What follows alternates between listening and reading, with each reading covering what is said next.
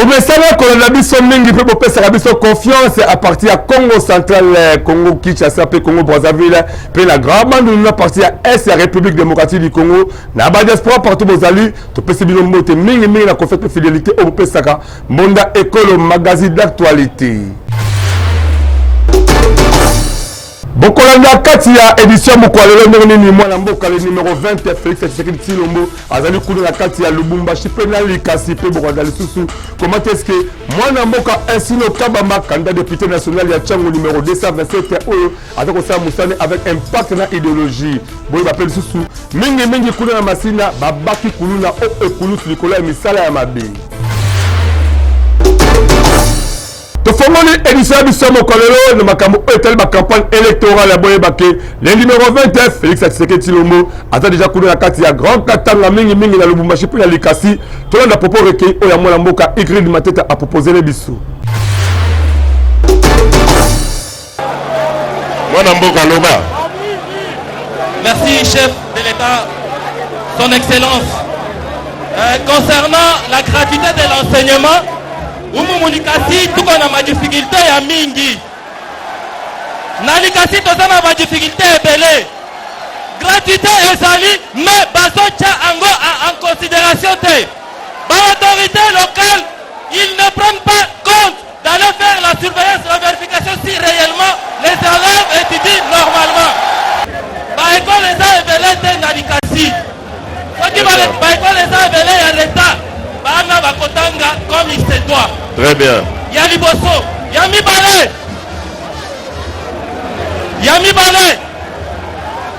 Les conditions des enseignants ne sont pas surveillées, ne sont pas vérifiées par l'autorité sur place. Les autorités qui sont avec nous ici, ils ne surveillent aucune chose. Ok. Voilà. Donc,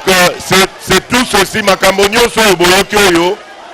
Nde toko continuer na deuxième mandat si vous me le donnez. Est-ce que vous êtes d'accord de me donner encore un deuxième mandat? Voilà. Donc je vous explique. Nous avons commencé la gratuité d'enseignement. Toyebi que succès nango ezali makasi, ezali ko nécessité beaucoup plus d'écoles. Et nous avons commencé à construire les écoles. Le problème, c'est parce que nous avons été distraits pendant que notre pays était envié par des voisins belliqueux et puis... Martin Fayulu Madidi numéro 21, candidat à la présidentielle le 20 décembre 2023, a déjà à la Kinshasa après la tournée de la campagne électorale na Oyo, a aussi concerne la partie Est de la République démocratique du Congo. Image peu commentaire.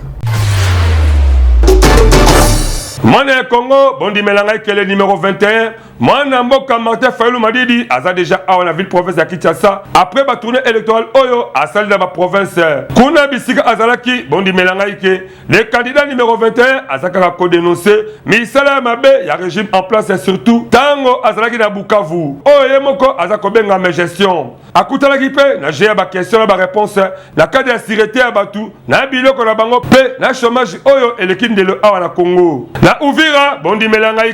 le numéro 21, moi Mboka Martin Fayulu, abetaki mbona mabe na Oyo etali, ba salaire ya Batou, a promettre que a changer ba donner nyoso, soki kaka a commis président de la République. A gangelipe, ba candidat misusu donc à mettre bango en garde. Na biloba loba, il y a le kuta contre ye. A sengi ba congolais, ba za la vigilant mukolo ba vote surtout le 20 décembre 2023. Yango biso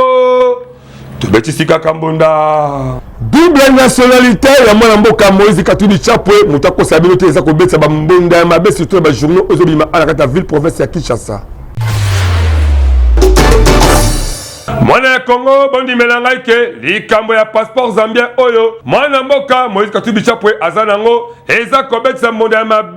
mabe makasi surtout na ba journaux oyo ebimaki awa na Kinshasa mokolo ya lundi na ville ya Lusaka boyebake baza ko sepela te ndenge double nationalité ya Katumbi azanango depuis cour constitutionnelle avalidaki ye entre temps baza kokamwa ba relation oyo azanango entre Zambie oyo apesa ye pe passeport diplomatique zambien depuis 2018 na Zambie bondi melangai ke esalaka makelele ya makasi meme na ba parti ya opposition la bango NDC asengaki ba explication la gouvernement ya Lusaka na masolo ya passeport zambien ya mwana mboka Moïse Katumbi Chapwe. NDC asengaki pe meme la gouvernement congolais apesa ba éclaircissement la situation ya double nationalité ya mwana mboka Moïse Katumbi Chapwe côté mususu zambien côté mususu congolais. Et bongo journal avenir bondi melangai alobi pour la passeport ya Zambie oyo Katumbi azanango 5 questions kakande ndenge nini azaki passeport wana ezalaki par corruption topé manipulation ya administration zambienne passeport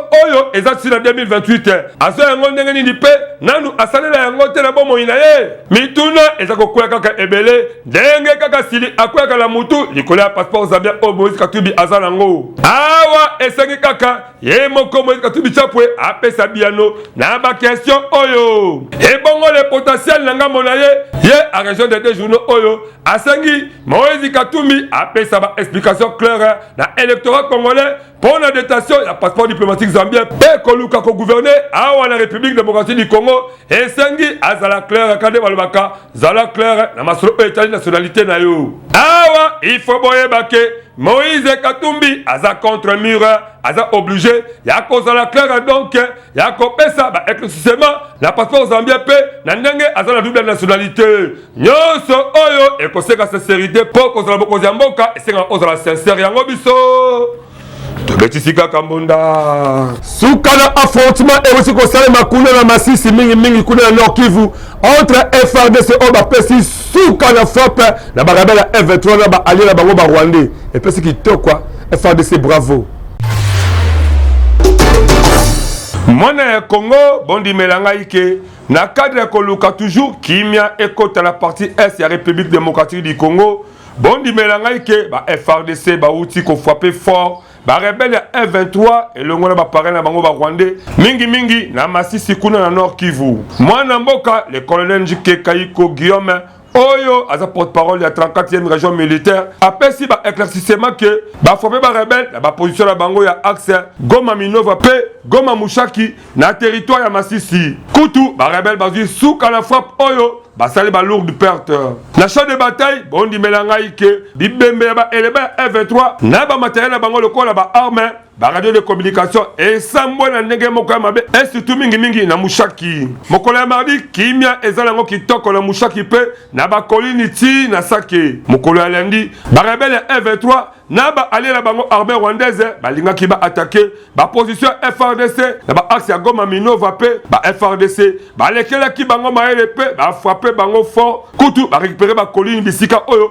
ba rebelle bazalaki ya koyeba ezake population baza siko na cité ya Sake nyonso wana kaka pour la kokima ba affrontement wana biso pe mbonda ekolo en tout cas to souhaiter ka ba bonne chance FRDC bosala musala kitoko de manière que population ba pe mana kimia yango to betisika kambonda un vrai leader oyebi kaza ba vision kitoko et qu'on permette que comprendre vraiment qu'azali un vrai leader et surtout ba époque auto zali ba campagne électorale ya kamam liboso caméra mbonda ekolo po hôtel sa vision na yo.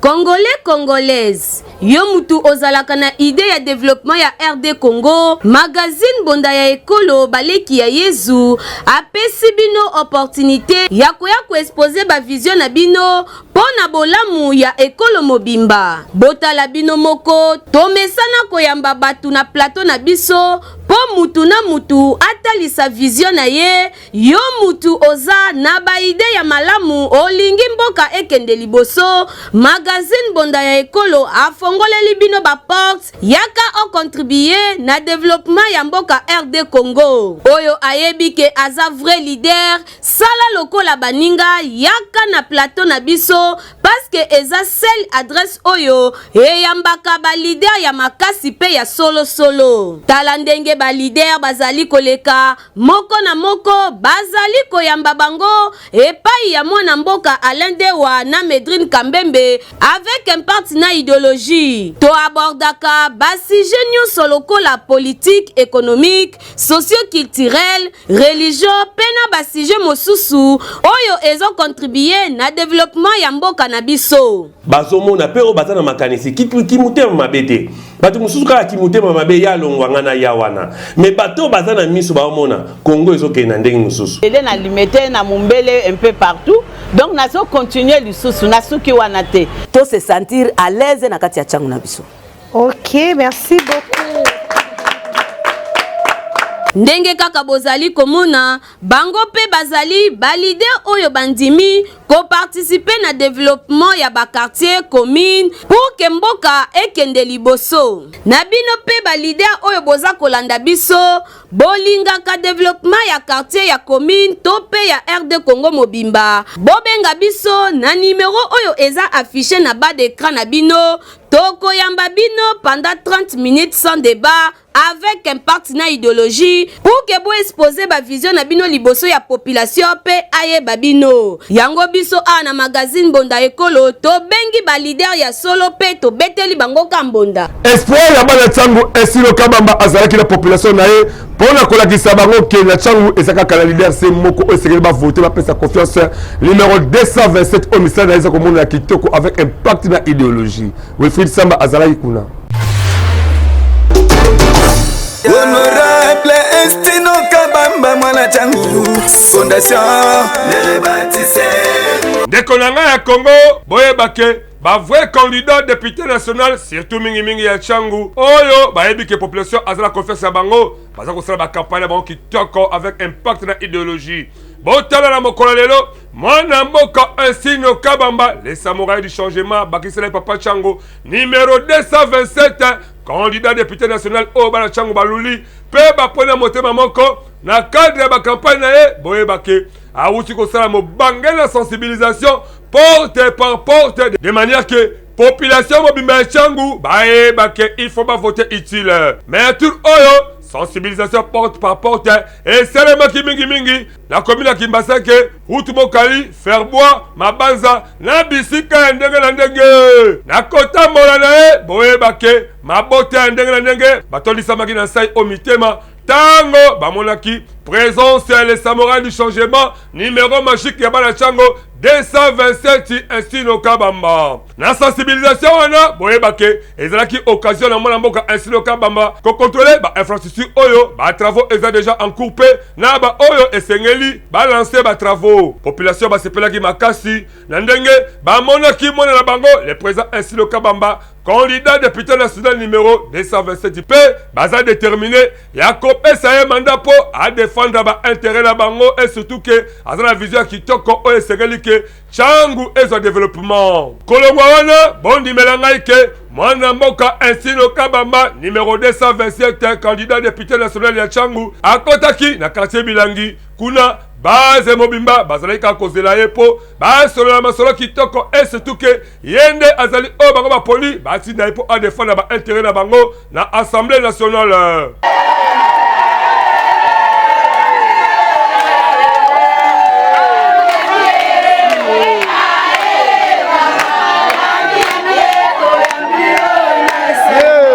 Bondi melangai ke liboso ya population ebele o bazala kuna na quartier Bilangi apesaki bango message moko ya kitoko bae bako voter utile bake bana bakombe et surtout ke mikolo oyo bakouta bisika na bisika bakoluka koya kokosa bana changu. L'infatigable président Estino Kabamba les samouraïs du changement bakisela papa changu candidat député national numéro 227 numéro magique ya bana changu bondi belangai ke alembaki te akendaki lisusu depa kosilisa journée na ye kuna na kikole pêcheur et surtout que population ya kuna bazalaki ebele kozela ye patiemment parce que bayebi ke changement c'est maintenant avec Estino Kabamba numéro 227 ya changu. Avant biso to voter ça est la biso boy ça échange ya voix ça dit échange ya pouvoir et puis ce qui a à cause de vous n'aurez pas le droit d'aller réclamer. Parce qu'à quoi vous savez le bec, quand on a dit toi le bosso, c'est un mais cette fois-ci, je veux que le peuple ait la choix, à choix de manière à ce que Achaba Toussimana Kingo, en fonction de l'action, on va y passer à la développement. Keba yo moto oyebi kozali kombe koluka ko indisposé bana changu na ba présence qui candidature na yo ba papier ya ndenge na ndenge to ba affiche yeba ke nyonso ekobe bana ngona mvula po bana changu basi ba poina bango numéro 227 ainsi no kabamba les samouraïs du changement bakisele papa changu parce que misala na eza kotambwisa ba kitoko et surtout que ba bref ezali ebele et bongo na commune Kimbaseke amame kuna kutu kome kanayo tepo kuna basi basoya bango mama Kimbaseke mama Calvini Onyumbe po yende azali mona na bango bapesa confiance et surtout numéro na ezali 144 ainsi no kabamba en tout cas yebake bana changu batinio déjà na parlement balobi tambola kaka kitoko kimia nyoso tupe mema bolingo na bango kaka ndenge nini moto oyo amemakamaki asonaka te abundaka te me asaka misala kitoko po nyonso emona na miso ya bato yango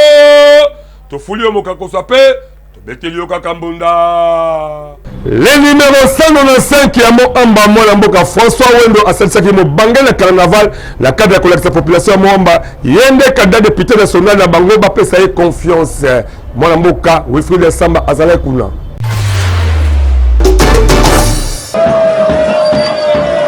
Bana Moamba ya bino candidat yeyo oyo azali elikape lumière ya bana Moamba bondi menanga ike auta ki kosalisa mokola samedi mobange na carnaval elongo na population oyo bozali komona na cadre ko lakisa bino ke yende molobeli na bino na ba assemblée nationale na mikolo oyo ezali koya depa batambola ki Moamba mobimba baye kosukisa na siège na bango ya Paluna Limete nde esika oyo mwana mboka François Wendo na bibia numéro 195 abetsaki mbonda liboso ya population oyo la cadre ke bayebake yende azali choix na bango engi na batata bamama bilenge nyonso ya Moamba na mukolo ya mapona milokola na oti koloba yango awa totia maboko to soutenir mokonzi ya mboka tata Félix Antoine Tshisekedi Tshilombo numéro na ye ezali se moko yebani ezali numéro 20 lokola biso bilenge tozali koyemba yango na loyembo koloba Fati Beton équilibre numéro 20 lolenge pena numéro na bino na niveau national tozali na numéro 195 tokanga yango malamu pe to voter yango pour que tata Félix Antoine Tshisekedi Tshilombo na deuxième mandat na ye biso pe mbonda ekolo en tout cas to fulie mokakoso pe to betele mbonda kitoko to bisi bana Moamba ye walande espoir na bino bopesa ye confiance adresse moko ezele ba professionnel na média bazali ko former batu ko koma ba journaliste professionnel ko ba ko sala vidéo kitoko pe ko simba caméra malamu kimambangu la centre de formation média indépendant pokuna formation ezali assure. Voulez-vous apprendre et devenir journaliste? Les centres de formation médias indépendants procèdent au recrutement des nouveaux candidats pour une nouvelle session. Que vous soyez diplômé d'État, homme de Dieu, docteur ou qui que vous soyez, les centres de formation médias indépendants met à votre disposition les filières ci-après. Le journalisme, la prise de vue, le montage vidéo. N'hésitez pas de nous rejoindre car ici, la formation se donne avec les professionnels des médias. Chez nous, c'est de l'expérience et du professionnalisme. Nous sommes les centres de formation médias indépendants. Pour tout contact, appelez-nous au plus 243 89 81 81 097 ou appelez-nous au plus 243 99 37 45 722. Je répète, appelez-nous au plus 243 89 81 81 097 ou au plus 243 99 37 45 722. Maman Calvini Onyumbe, candidate à député provincial à Kimbaseke, numéro 144, en tout cas, elle est espoir à Kimbaseke. Parce que ça de ça là, personne, Mokota Kokanaï.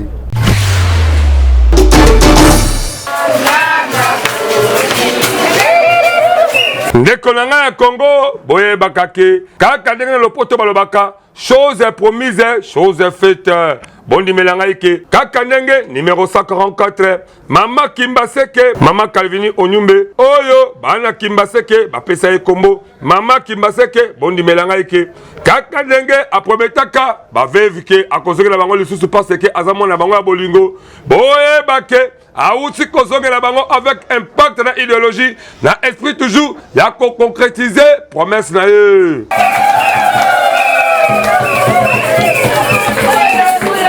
Bondi Melangaike, Amelaki bango basango ya kitoko mingi mingi, kola kisa bango ke, tango bakozala devant ba urne, bae bakovote kitoko, de manière que, ba jeton na bango, endi mama na niveau ya seni. Denge tolobaki, la fois passée, biso toza bana na bino, toza ba jeune, mais to memi mukumba ya kozala balobeli na bino, to bundela bino, totali agité, totali vite parce que vite nzela o tozo kende hein donc ezali nzela moko ya mikakatano makasi na suka ya masolo tellement que population bazalaki ebele Mama Calvini Onyumbe bakisele Mama Kimbaseke candidate député provincial ya Kimbaseke pe numéro 144 na bandeli bien numéro 144 allo bate po azwa 0. En tout cas na sepeli makasi ya kutana ntisu na ba mama nanga oyo na bengaka bango ba jeune fille po baza mama mela mayele baza lokola ba jeune fille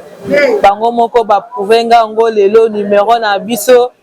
bakangi 227 national bakangi 144 provincial et puis bakangi 691 na communal. En tout cas elakisinga ke ba mama vraiment ba memi biso na motema. Et salut kitoko, Bondi Melangaike, tellement azalakane mwana Kimbaseke ya tongo, boye bake, Mama Calvini Onyumbe, espoir ya commune Kimbaseke, candidate à député provincial, P numéro 144, oh babaki sele comme Mama Kimbaseke, asuka kiwalante, atambola ke sous pas na cadre de sensibilisation, ya porte par porte, po, baye bake, na mikolo koya, ya le 20 décembre 2023, ba vote kaka, ba numéro mi balé donc, numéro 227 Estino Kabamba Oyo Azali candidat député national ya Changupe 144 Yende Mama Calvini Onyumbe O Azali candidat député provincial ya Kimbaseke Depa Atambola na bakati lokola Biela na bakati ya ndenge na ndenge Bondi Melangaike asukisaki masolo la quartier qui santu mingi na avenue Mbimbu na cadre ya kosala balancement officiel ya passerelle kitoko Oyo, ezalaki dia promesse ya fondation les rebâtisseurs Oyo Kumba Bakana Moko, les présidents valables, les présidents fondateurs nango, Mwana Moka Estino Kabamba, candidat député national ya Changupe numéro 227. Dans le bien numéro 227 Oyo, Bana Changu bapesa comme papa Changu parce que misala kitoko o asala mutako wanga nazalité. Koko Makuna a sali lancement officiel ya passerelle kitoko avec impact na idéologie. Talabino Mokone les populations parce que yema bansembo ya kelelo pour la kolaksa bolingo la bango liboso Mama Calvini Onyumbe numéro 144 Bondi Melangaike numéro 144 Mama Kimbaseke Mama Calvini Onyumbe abeti saki mbonda kitoko devant caméra la biso kaka ndenge bozali koyoka. En tout cas bana na biso ya Kimbanteke to ya Changu Mobimba topesi bango mbongo te topesi bango eloko te mais topesi bango nde kimia toche moi kimia na moi ba difficulté o bazala kinango entre autres bomoni ndenge to bongisi mokali na biso libulu ya ifili wana za ko déranger batu lelo libulu wana za lisusu te grâce na biso poto ya Pascal o de ko pesa batu pasi mais pona na nzela na biso population ezi kimia pe to ko suka kaka na wana te tozo continuer esali kitoko biso pe bonda ekolo en tout cas tu bisi bana Kimbaseke candidat député professeur na bino yeyo o bo pese ko Mama Kimbaseke po azamona na bino boboti bobokoli botangisi bo pese chance akende ko défendre ba intérêt na bino kaka ndenge moko na niveau national na Changu boye ba ke numéro na se moko ainsi no Kabamba numéro 227 ndé choix ya Changu parce que azali espoir ya Changu Mobimba yango Betili kaka mbunda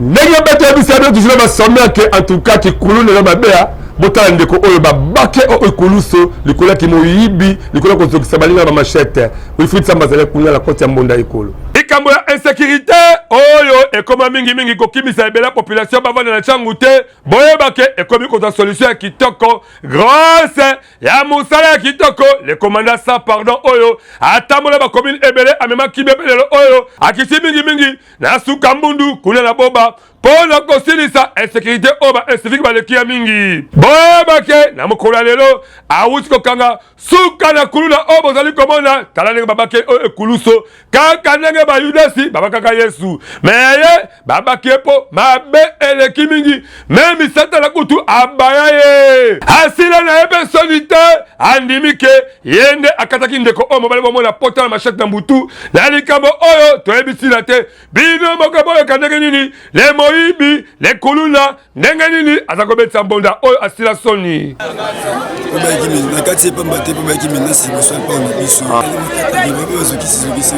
le commandant sans pardon ya la police nationale congolaise na musala kitoko ozali kosala bino moko boyoka ndenge nini akebisi population ya changu mingi ya masina na ba oyo bamesala misala ya mabe premièrement musala tozali kosala kosécuriser population na babien na ye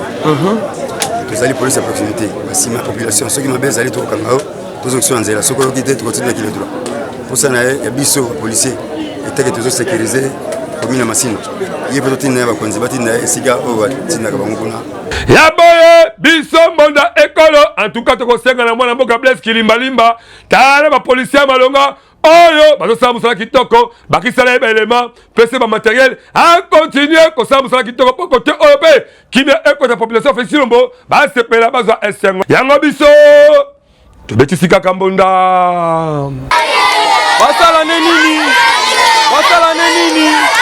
la sport boy bakema mabesine kazadi aza destitué ba fonctionnaire ya présidente ya AS Vita Club image pe commentaire Mona ya Congo boyebake oyo eza koleka na association sportive Vita Club ekomi kosala ba supporters c'est pas si makasi komona équipe na bango ndenge nyoso eza kotambola mabe et surtout que kopola nde kopola tellement que ba moscovite ba mesana na ba victoire bodi melangai ke etindaki bango basala assemblée générale extraordinaire pour ba évaluer le pourquoi ba échec wana décision ebimaki avec impact et idéologie ya ko destituer mama Bessil Kazadi na ba fonctionnaire mais azalaki d'accord na ngote mais na suka ayekaka kondima et surtout que asi a dirigé équipe wana ASV Club pendant 3 ans abeti simbonda boye atako azalaki d'accord te ndenge assemblée générale extraordinaire wana et salemaki mais ndenge aprometaki ba supporter sike pour le privilégier association sportive Vita Club na ba intérêt ba tout andimi décision assemblée générale extraordinaire oyo ezami na majorité ba tout oyo bazalaki même pas la qualité à kozala wana asengi pardon na batu nyonso oyo asala bango mabe pe ye alimbisi bango surtout na nyonso ope mabe basala bango mais nyonso en tout cas bon dibelanga ke asali yango na motema moko asengi nzambe apambola bango na motema moko na ba oyo ba soutenir ye pendant 4 ans oyo akumbelaki masolo AS Vita Club avec impact na idéologie na oyo etali bila na ye bon dibelanga ke mama Bessil Kazadi atangi ebele mais mingi eza oyo association sportive Vita Club abima premier le championnat national de football awa na ba République démocratique du Congo pe boye bake atiki AS Vita Club pambate mama Bessil Kazadi atiki na caisse ya AS Vita Club monté à $1,700,000 américains nyonso kaka po AS Vita Club akubela masolo ya kitoko awa pe biso mbonda ekolo tokosenga na bandeko ya équipe wana bokubela masolo kitoko boye bake mama Bessil Kazadi ye akotaki tango mwana mboka le général tango fort alongwaki na ba pouvoir mais lokola pe atiki yango okoya atabwisa masolo yango kitoko avec impact na idéologie po SPLCP ebela ba supporters ya club wana yango tobetisi kaka mbonda tala ndenge tokomi na suka édition na biso ya mokolo lelo me tokosisa yango te sa po ototoyebisa bino biloko oyo tosala kati ya édition ya mokolo lelo tosolaki mingi ndenge nini mwana mboka Félix Tshisekedi candidat ya baprésidentielle mpe numéro 20 aza koséjourne na Lubumbashi mpe na Likasi mpe totalisaki bino ndenge nini misala ya kitoko ya mwana mboka Esilo Kabamba numéro 227 ya district ya Tchangu mpe bolandaki ndenge nini babaki kulula o ekulusu likolo ya misala ya mabe nsima ya kamera ezalaki bongo mwana mboka Wilfried Samba sekondo na élève na ye mwana mboka Disson Levanza mpe réalisation esimambaki na montage na maboko ya Igrid ya Matetanga alede kaka la présentation mais Bon, ça va être que édition Mokolelo et si maman qui est pas maman Medine quand même mais bon continuer toujours à s'abonner la chaîne YouTube la biso mon école officielle P bon la biso ba activité la biso surtout mingi autre comme la campagne électorale ba baké ba mini ba combien trop ba ko filmer yo ba ko sur la TV à WhatsApp papé aussi les gaz ka kuna mais banda ba monioté ya kala bonda école ba chef partenaire ezebele to qui sont partout avec impact idéologie de manière que ma seule campagne elle est kitoko pe ba voter yo ngala bilo to la prochaine maso à Zongité. Je vous aime beaucoup plus. Bye.